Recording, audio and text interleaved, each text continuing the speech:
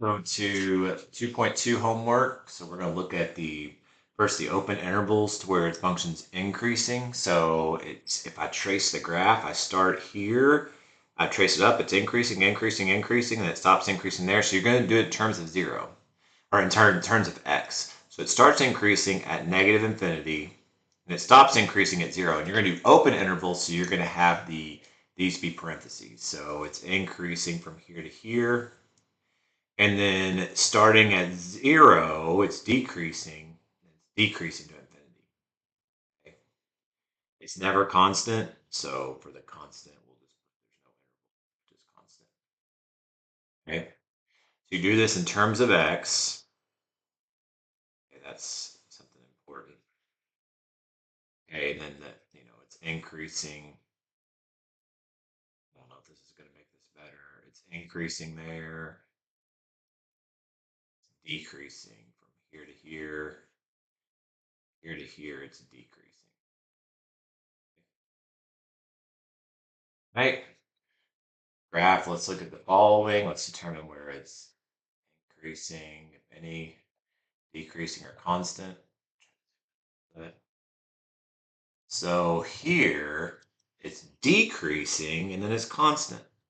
So there's no interval where it's increasing. So here it's decreasing, whoops, decreasing, and here it's constant. You do it in terms of x. So in terms of x, so when's it start decreasing? Negative infinity. When's it stop decreasing? Zero. Negative infinity to zero. So it's decreasing from negative infinity to zero. And then starting at zero, it's constant. Constant from zero to infinity. Right? Go to the next one. This graph, we're going to determine the relative maxima and the relative minima. And so to do this, we're going to start first with the relative maxima. And so you want to first look at relative maxima is a peak. It's a peak. So I'm looking for a peak in the graph. And right there's a peak. There's my relative maxima. Okay, and so it has a relative maxima at 3. So now you have to give the x value here. So you give the x value here. So it's at 3. Let me write the coordinate of this. The coordinate of that is 3. That actually is 3, 3. So that doesn't really do you any good. Okay, so you give the x value and the relative maxima itself. What is the value? It is 3. So that's the y value. You give the x value here and the y value, and they're the same there. Yes. All right. Find the numbers where it has a relative minimum. So relative minimum. So I'm going to go these two spots here. These are my relative minimums. So I've got one at 2, -1, and 4, -1. Okay, so I've got two relative minimums. So this first one is going to be the x value. So it's going to be 2 and 4. Okay, the 2 and 4 are my x values. So there's your relative minimum. And I'm going to draw arrows to these. These are relative minima. And the relative minimum value is -1. That's the y value. So these are the x values. That's the y value. Okay. The next one. To graph the equations given, use the graph to find any values where f has a relative maximum and use the equation to find the relative maximum of each value. Okay, so the function f has a relative maximum so now you see how there's a relative maximum here. Now here's the thing though, this window's not drawn the scale, and so the relative maximum is at -3. That's the x value. But to find the y value, you're going to have to plug it into the function because this one is not drawn. These are going by a scale of 1s. These are going by a scale of not 1. So what I need to do is I need to find f of -3. I need to plug it in the function. Okay. So this is going to be my relative maxima. 18 times 3 plus 4. So this will give me I can type that in the calculator. So 2 times negative 3 cubed minus or plus 3 squared, 18 times negative 3 plus 4, that's 13. Relative maximums at 13. Okay. Gotta type it in there, right?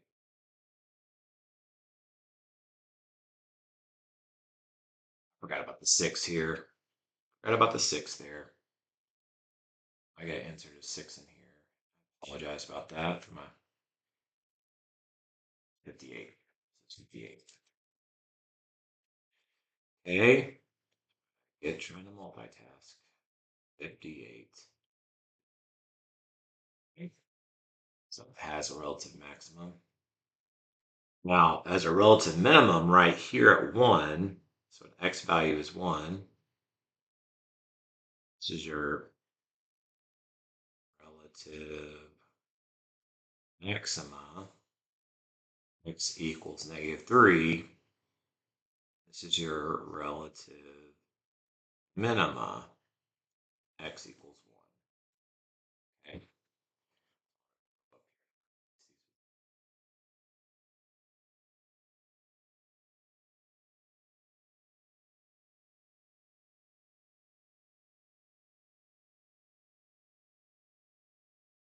Six. F of 1 is equal to 2 times 1 cubed plus 6 times 1 squared plus 18 times 1 plus 6. Okay. Without graphing, determine whether your equation has symmetric with respect to the x-axis, y-axis, origin, or none of these. So what you're going to do here is you're going to find f of negative x, and you're going to find negative f of x. Okay? So f of negative x means I'm going to plug in negative x anytime I see x. Okay? Negative x squared would be negative x times negative x, which is x squared. So x squared plus 2. Okay? Negative f of x means I do negative of x squared plus 2, which would be negative x squared minus 2. So you're just distributing the negative sign. You're just changing the signs there. Okay? And so the rule is, you see how this is f of x, the original. If f of x equals f of negative x, which it does in this case, you see how these two are equal. I'm going to draw arrows. You see how those two are equal. Then it is symmetric to the y-axis. This has got even. This is even. So if it's even, it's symmetric to the y-axis. That or y-axis symmetry. Okay. You see how f of x is not equal, or f of negative x does not equal negative f of x.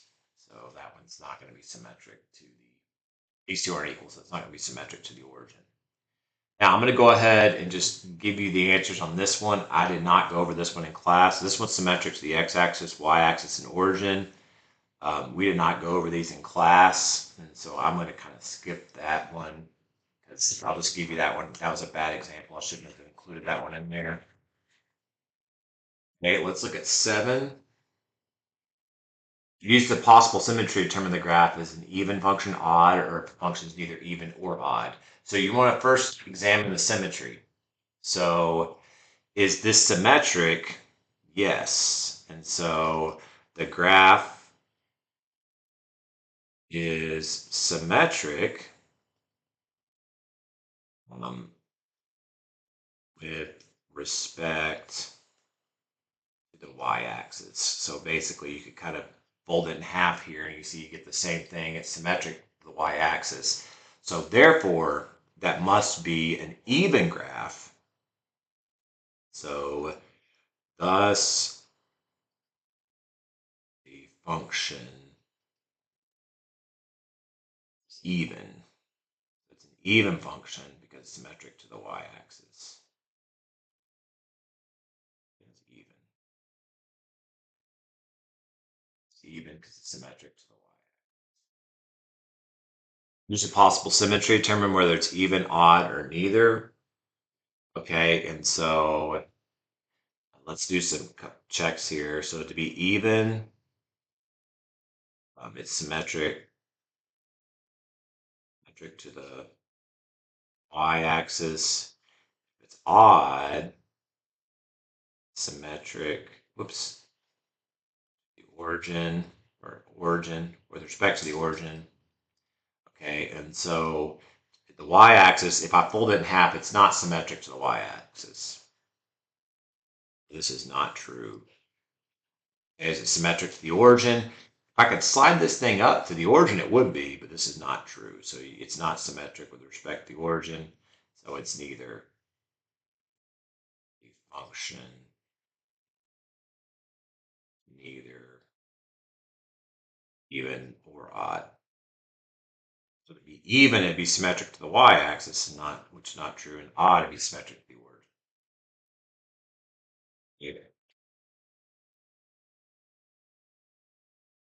Right, let's go to number 9. Determine whether it's even, odd, or neither, and then choose the correct answer below. Let's look at this. So I gotta do f of negative x and negative f of x.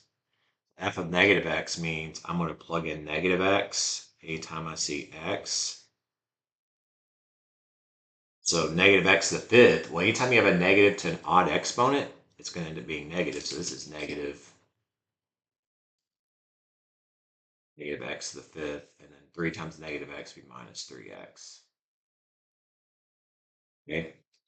Negative f of x would be the negative of, you just multiply all these by negative x to the fifth minus 3x. And so to be even, f of x equals f of negative x, which is not true. Okay. The odd, f of negative x would equal negative f of x. This is true, because f of negative x equals negative f of x. So it's going to be an odd function. If it's an odd function, symmetric with respect to the origin.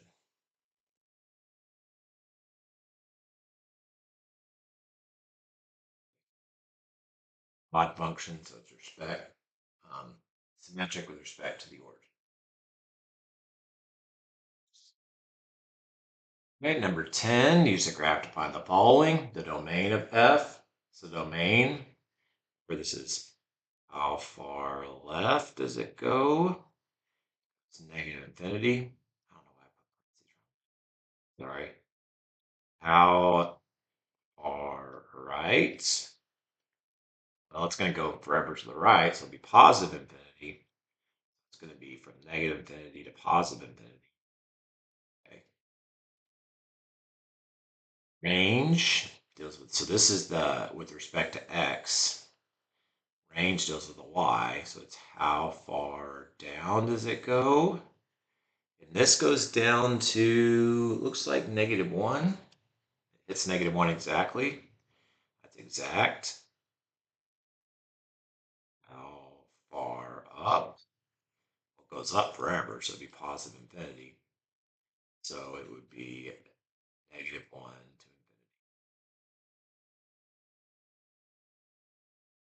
Yep. What are the x-intercepts? That's where it crosses or touches the x-axis. So this is where it crosses, touches the x-axis, and we've got in the left of the x-intercept the function is 2, and the right x-intercept is 4. And it looks like we just want the number here. Okay, 2 and 4. Sometimes they'll ask for the point. What is the y-intercept? This is a little weird because on this one, well, they'll just say the integer. With the integer, okay, the y-intercept the function to where it crosses or touches the y-axis.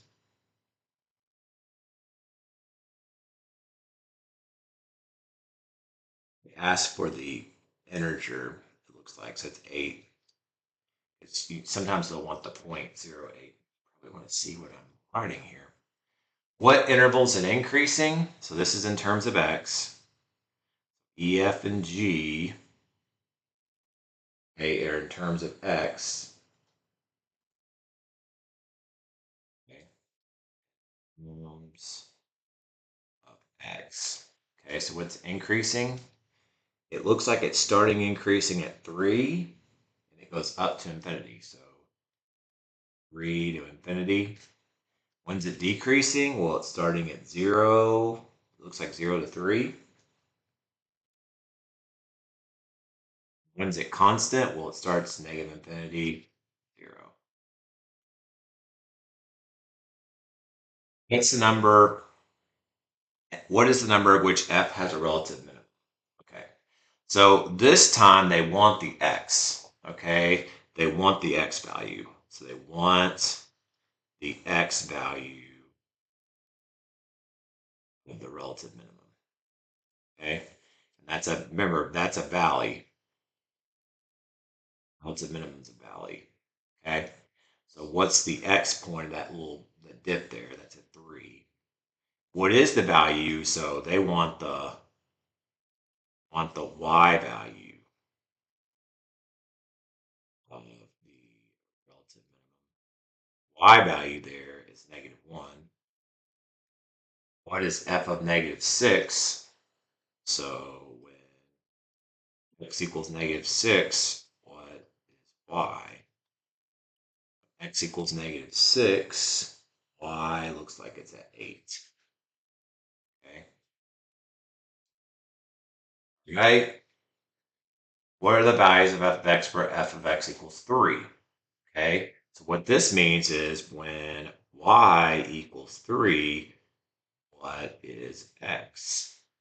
Y equals 3, what is x? I'm having a hard time fitting all this. So when y equals 3, what is x? So you scroll down, you see one of them here is 1.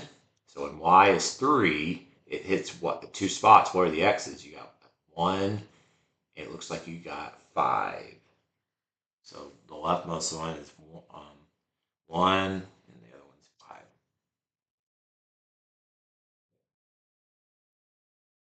All right, so even, odd, or neither. So for it to be odd, it'd be symmetric.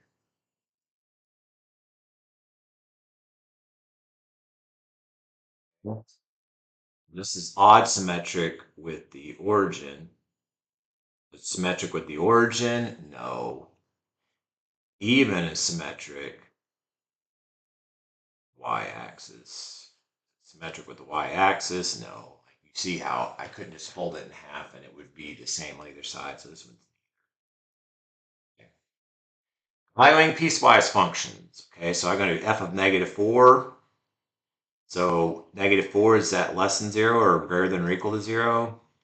F of -4, -4 is less than 0, so we're going to use the top one.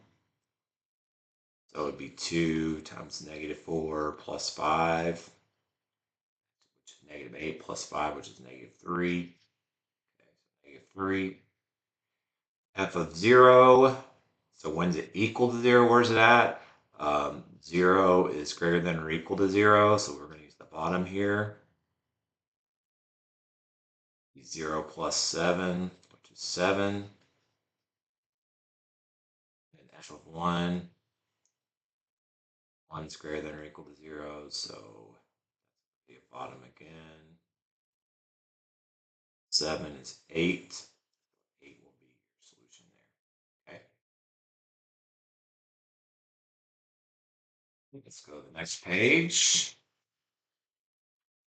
Well, we're going to draw the piecewise function here. So f of x equals 3x. X is less than or equal to 0, and then 3 if it's greater than or equal to 0. So I'm going to do a graph here, and I don't even know if the right answer is even on there because there's some of these answers cut off. So we're just going to do this ourselves here.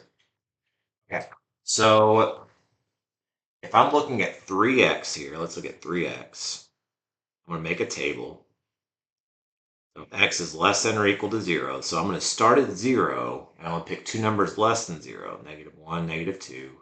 I'm going to plug them in there. So 3 times -2 is -6. 3 times -1 is -3. 3 times 0 is 0. Okay, there's my values there. So those. So -2, -6, 6, -1, -3. And then before I plot this one, this needs to be closed because it has the equal to. So it's closed. So I'm going to close it at 0, 0. Okay. And so less than or equal to 0 means for values of x are less than or equal to 0. So that means 0 and left. So 0 in all these. So I'm going to go all this and go down that way. Then for 3, for x greater than 0, x, y, 0, 1, 2. When x is 0, what's y? 3. When x is 1, what's y? 3. This is a constant function. And this one's going to be open because there's no equal to there. So 0, 3 is going to be open. 1, 3, and 2, 3. And this is going to be when it's greater than 0. So it's going to be an open circle there. This is actually going to be B. So our answer actually did show up. What is the range of the entire piecewise function? So the range is from how far down to how far up. How far down to how far up. Okay, and so it goes from -infinity up to 0. Now 0, they're going to want you to put a brace here this time, okay? And then there's also values at 3. So you're going to put union, and then you're going to put 3. Okay, so -infinity to 0, and then at 3. So this one's going to have a union of intervals of -infinity to 0, 0 with the brace, in the set 3. Okay. Right, let's go look at the next one. Telephone company offers a monthly server plan of $25, includes 350 minutes plus 25 cents per minute for additional minutes. The following function gives a monthly plan for the subscriber. Okay, and so fill the simplified expression below. So the simplified expression, you're just going to take 25 plus 0.25 times x minus 350. That's equal to 25 plus 0.25x, 25, 350, 25, 350, 7.5 minus a 7.5. So it would be 0.25x, 25 minus a 7.5, 62.5. Yeah. So 0.25x minus 62.50.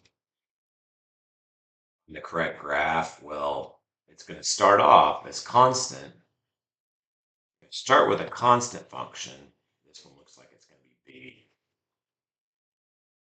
Start at a constant, so we start at 25. You start, I'm going to draw that. You start at 25 from 0 to 350. Or 0, I'll draw the inequality. And then you 0.25x minus 62.5 from there, which is going to be this piece right here. Okay. Okay. So there you go. 14, we got a step function. The figure shows a milling first class letter of a country function as weight. What's the cost of milling a letter that weighs 3.2 ounces? So weights, so when x equals 3.2, what is y? 3.2 is right in here. 3.2, what is y? So it would be right there. 6.5.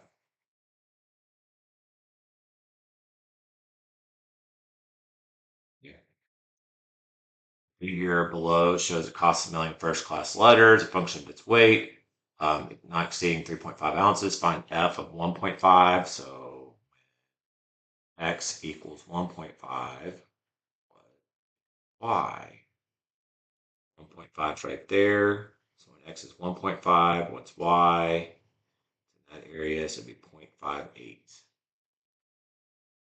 What does this mean in terms of it? So it costs a dollar. So the cost is your y. So it costs 58 cents, your y, to mail a 1.5 ounce letter X. So you see you have the cost is y. So whatever your cost is, it costs 58 cents to mail in X. Make sure that's it.